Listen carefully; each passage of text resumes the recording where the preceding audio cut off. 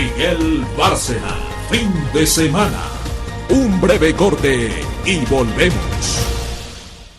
Regreso, y en este espacio desde hace varios años hemos estado hablando insistentemente de la importancia de promover la economía circular. Hemos estado hablando del tema del reciclaje, de los plásticos de un solo uso y la polémica que hay sobre si es mejor utilizar plásticos que puedan ser reciclados o utilizar otros materiales que aparentemente son más amigables con el medio ambiente, pero que para su elaboración requieren un proceso que genera mayor contaminación y que utiliza mayor energía. Pero bueno, pues recientemente otra vez se ha hablado sobre esta polémica de por qué en muchos casos es necesario seguir utilizando plásticos, y para ello me da nuevamente mucho gusto saludar a Jorge Chayín, quien es el presidente de la Organización en Favor de la Economía Circular. Jorge, muy buenas tardes. Buenas tardes, Miguel. Gracias por tu espacio y gracias a tu auditorio, a tus órdenes. Pues mira, estaba leyendo hace unos días algo que ustedes habían compartido, en donde señalan que la prohibición de las bolsas y plásticos de un solo uso que se decretó en el 2020 no ha frenado la cantidad de residuos sólidos que se generan. Cuéntanos, ¿en qué se basan para afirmar esto? ¿Cuáles son los datos que tienen? Mira, monitoreamos a partir de las prohibiciones del 1 del 2020. Recuerda que la bolsa que se prohibió es la bolsa de un solo uso, que es el 1 al 1.5% solo de los residuos sólidos de la Ciudad de México. Entonces, al quitar estas bolsas, metieron la bolsa de polipropileno, esa que le llaman ecológica, y la bolsa de papel, que esto es, ya lo hemos hablado, lo hemos comentado en tu programa y en otros, que es mucho más dañina. Termina en tiraderos a cielo abierto, tiene 28 sustancias químicas, ácido sulfúrico, cloro, gasta 4 veces más energía, agua, etcétera. Entonces, hemos monitoreado, y a raíz del COVID, de la pandemia, pues muchos nos confinaron y pidieron a sus domicilios pues pedidos. No sé si recuerdas que Amazon se duplicó, y todo el mundo, ¿no? Pedimos. Entregas a domicilio. Así es. Entonces, los residuos. Así es, todo esto generó mucho más residuos, más desperdicio, y no sirvió de nada. Y también se cayó la separación en fuente, es decir, desde el hogar, porque la bolsa que te daban en los supermercados, esta bolsa no era de un solo uso, te lo daban ahí, lo usabas para transportar tus compras, tu súper, tu despensa, y al llegar al hogar, entonces se ha venido complicando, lo hemos venido diciendo, pero gracias ahora ya la OPEC ha metido esta ley de economía circular, que está un poco lento para salir en la Ciudad de México, pero va a salir, y a nivel federal también va a salir, y ya esperamos que se termine este problema. También nosotros, te quiero comentar, Miguel, que estamos trabajando un plan de manejo con la Secretaría del Medio Ambiente ahí de la Ciudad de México, para que vuelvan estas bolsas de plástico y que cumplan con los requisitos que la autoridad nos está pidiendo. ¿Qué quiere decir esto? Que las bolsas que produzcamos nosotros, las vendamos, las volvamos a recuperar en centros de acopio o en las mismas tiendas, expendios que tenemos, donde te los vendemos, ahí mismo nos las regresas, te la pagamos, o te hacemos un descuento si vuelves a comprar y lo volvemos a meter a las cadenas de producción. A ver, entonces, según ustedes, de acuerdo a los datos que me das, fracasó prohibir el plástico para frenar la contaminación, y además se incrementó el consumo de agua para producir estas bolsas o estos plásticos de un solo uso, que precisamente pues son muy ligeros y que se desechan rápidamente, en lugar de los anteriores que se podían reutilizar y reutilizar. Mira, fracasa totalmente a la hora de que quitas estas bolsas, porque estas bolsas nos servían como botes de basura, separadores, y ahora tienes que limpiar la basura. La bolsa que te dan en el súper o una bolsa de papel, pues no te sirve, porque si le metes agua orgánico o algo, se deshace. Aparte que no carga, porque se destruye. Y a la hora de fabricar una bolsa con con celulosa, que ocupamos una cantidad de agua terrible, energía y todo, se ha complicado más. Tú puedes verlo monitoreado ahí en los tiraderos a cielo abierto, cada día están llegando más toneladas para enterrar y más contaminación. Entonces, lo que hemos insistido ya no son las prohibiciones, es meter una buena gestión de residuos sólidos en plantas separadoras de orgánico, inorgánico no reciclable, y al final también una inversión en plantas termovalorizadoras. Tenemos que hacer todo este proceso si queremos tener una ciudad limpia, sin contaminación, a un futuro cercano. Es urgente hacerlo. Ahora, el problema que se ve también es que pues el reciclaje no llega ni al 10%, ¿no? Entonces, ¿qué pasa con el resto de los residuos? Mira, Miguel, este dato era hace 2-3 años que te decían que era del 9 al 10%. Yo te voy a dar un dato de la industria, al menos del plástico, que me consta. Por ejemplo, el PET, ya Ecosa y PetStar ya están al 60%, al 2030 van a reciclar el 100%, y el plástico de las bolsas, que por ejemplo la OFEC o todos los embalajes que estamos manejando la industria del plástico, ya tenemos capacidad. Bueno, estamos reciclando un 30 al 35% al día de hoy, Ya subimos muchísimo, la industria metió mucho dinero y tenemos la capacidad de reciclar el 100%. El problema que tenemos, que no nos retornan estos materiales y también nos tienen que retornar limpios. ¿Qué quiere decir?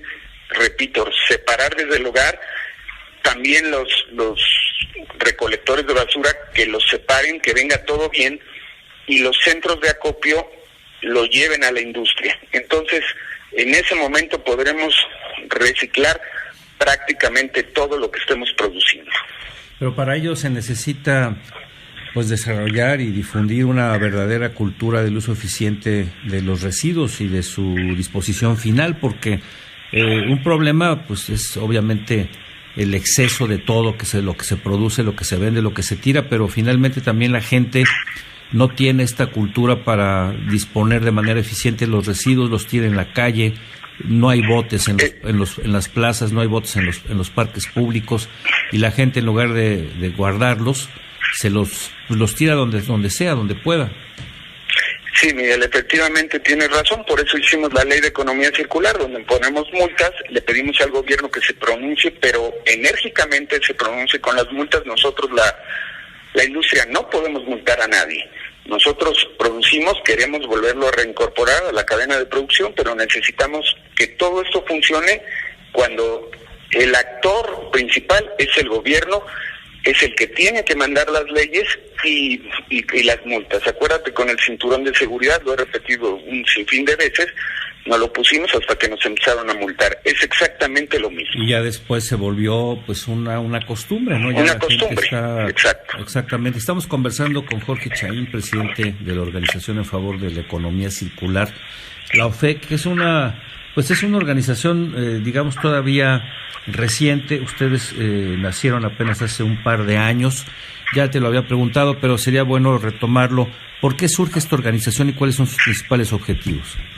Mira, esta organización la fundamos el 1 de enero precisamente del 2020 a raíz de las prohibiciones, porque la gente se había comido pues todos los mitos urbanos de que el plástico era malo, es dañino, hasta los políticos, y tuvimos que entrar nosotros, la industria, y se vio mal que la industria entrara, porque pensamos que la academia, científicos o alguien nos iba a defender, y no, todo lo contrario.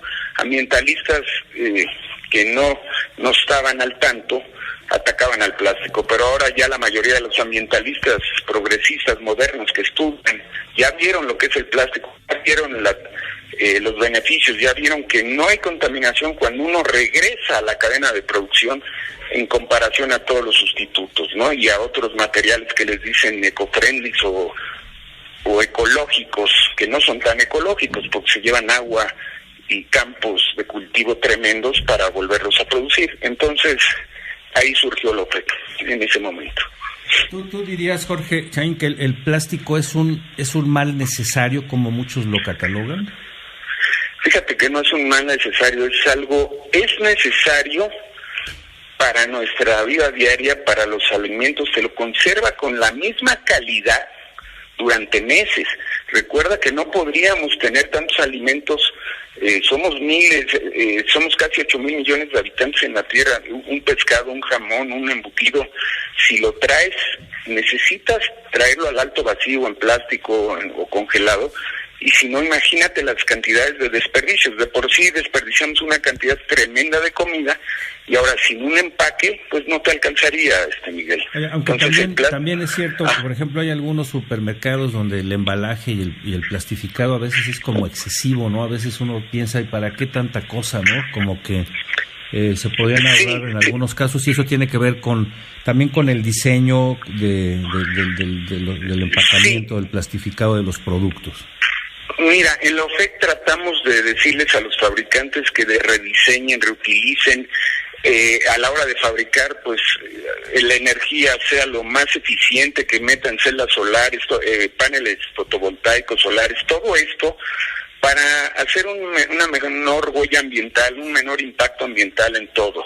No solo es el plástico, todo tenemos que comprarlo con conciencia, usarlo con conciencia, fabricarlo con conciencia. Entonces, a todos los agremiados estamos tratando de enseñarles lo que es la economía circular, reutilizar, ganar más la gente, todos, porque somos muchos habitantes. Lo que metas ya con la cantidad de habitantes va a crear un impacto ambiental. Pero si lo hacemos bien y copiamos los buenos modelos de economía circular, créeme que salimos adelante. Pues ojalá, habría que invertir junto con las autoridades, como decíamos, en campañas para concientizar a la gente y que desarrolle una verdadera cultura ambiental. Y también estarás de acuerdo conmigo que es importante que también la gente reduzca su consumo de productos plastificados o embalados, porque pues es mucho más fácil llevarse tu propio termo de agua desde la casa con agua de un filtro, que estar comprando botellas de agua o de refrescos, ¿no? Porque el problema también es que la gente se ha vuelto muy floja, y como es muy fácil conseguir estos productos en cualquier lugar, en lugar de llevarlos desde casa, pues prefieren comprarlos, lo cual implica además un gasto y, como ya decíamos, una mayor generación de residuos. Estoy de acuerdo contigo, sí, nada más recuerda, a veces por las distancias el embalaje es muy importante, Miguel, porque si lo traemos a veces importado o exportamos en los mares, si no va bien empacado el embalaje, pues se oxida o se arruina o llega en mal estado los productos. Es cuestión de que a la hora de desempacarlo, los separes y vuelve ese plástico a la industria. No es un desperdicio, o sea, ese desperdicio que tú ves, que me comentas, no es un desperdicio, es dinero, y ese plástico lo vuelves a hacer otra vez, una y otra vez a la cadena, nada más que nos llegue a donde tiene que llegar, ¿me explico? Porque nos sirve a todos para el uso, para el transporte, para alimento, para lo que quieras.